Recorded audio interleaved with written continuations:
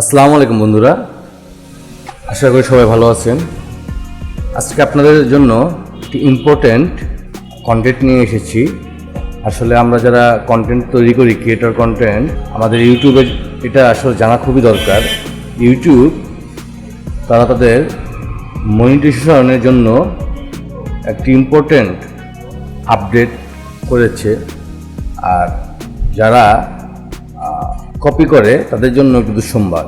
তাদের ইউটিউব তাদের পার্টনার প্রোগ্রামের জন্য লাইকনেস ডিটেকশন টেকনোলজি এখন আনুষ্ঠানিকভাবে চালু করেছে। এটা পরীক্ষামূলক ছিল, কিন্তু পরীক্ষামূলক শেষ পর্যায়ে। তো লাইকনেস ডিটেকশন টেকনোলজিটা কি? এটা হলো যারা সেলিব্রিটি আছে বা খুব পপুলার আছে আপনার সোশ্যাল মিডিয়ায়, তাদের ফেস ব্যবহার করে এআই দিয়ে বিভিন্ন ধরনের কন্টেন্ট ব্যবহার করে। আবার অনেকে তাদের যে ভিডিওগুলি আছে সেখান থেকে শুধু ফেসটা, বডিটা কেটে নিয়ে পিছনে আরেকটা ব্যাকগ্রাউন্ড দিয়ে এগুলি রিপোস্ট করে। তো এখন যে ইউটিউব যেই তাদের যে প্রোগ্রামটা চালু করেছে সেটা হলো লাইকনেস ডিটেকশন টেকনোলজি। এটা দ্বারা আমার যদি কোনো ভিডিও আমার চেহারাটা নিয়ে, বডিটা নিয়ে কেউ আপলোড করে, আমি যদি আমি ইউটিউবকে বলি, তো ইউটিউব আমার থেকে বিভিন্ন ধরনের ডকুমেন্ট নিয়ে চেক করবে যে আসলেই এটা আমি কিনা। যদি দেখে হ্যাঁ এটা তো আমি, তখন আপনাকে বিভিন্ন ধরনের কপিরাইট দিতে পারে।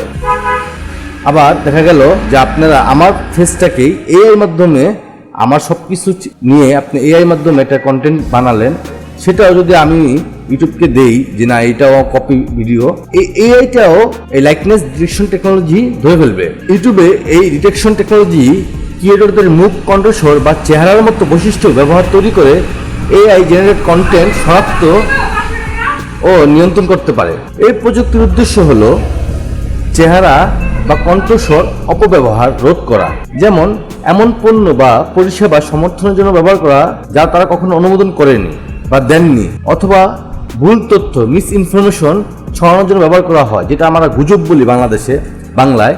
আসলে এগুলির জন্যই এটা করা হয়েছে। তো যারা আমরা ক্রিয়েটর, আমরা যারা কন্টেন্ট তৈরি করি, আমাদের ভয়ের কিছু না, কিন্তু যারা কপি করে তাদের জন্য বড়টা ভয়ের ব্যাপার। ইউটিউব তাদের ওয়েবসাইটে বলছে সাম্প্রতিক বছরগুলিতে এই ধরনের অপব্যবহার অনেক উদাহরণ দেখা গেছে। যেমন ইলেকট্রো নামের একটি কোম্পানি ইউটিউবার তাদের জেফ গ্রিলিং এর কণ্ঠস্বর এআই ক্লোন ব্যবহার করে তাদের পণ্যের প্রচারণা চালিয়েছিল। ইউটিউব তাদের ক্রিয়েটর ইনসাইডার চ্যানেলে একটি ভিডিওর মাধ্যমে জানিয়েছে কিভাবে ক্রিয়েটর এই নতুন প্রযুক্তি ব্যবহার করতে পারবেন। সো আপনারা ইউটিউবের এই ভিডিওটা দেখে নেবেন, আর আমরাও আপনাদেরকে দেখাই দিব। প্রথমে অনবোর্ডিং প্রক্রিয়া শুরু করতে হবে ক্রিয়েটরদের। লাইকনেস ট্যাবে যেতে হবে, তারপর ডাটা প্রসেসিং এর সম্মতি দিতে হবে। এরপর স্ক্রিনে প্রদর্শিত কিউআর কোড স্ক্যান করে মোবাইলের মাধ্যমে এই কোডটি ক্রিয়েটরের একটি ওয়েব পেজে নিয়ে যাবে, যেখানে পরিচয় যাচাই আইডেন্টি ভেরিফিকেশন সম্পন্ন করতে হবে। এর জন্য প্রয়োজন হবে একটি ফটো আইডি এবং একটি সংক্ষিপ্ত সেলফি ভিডিও।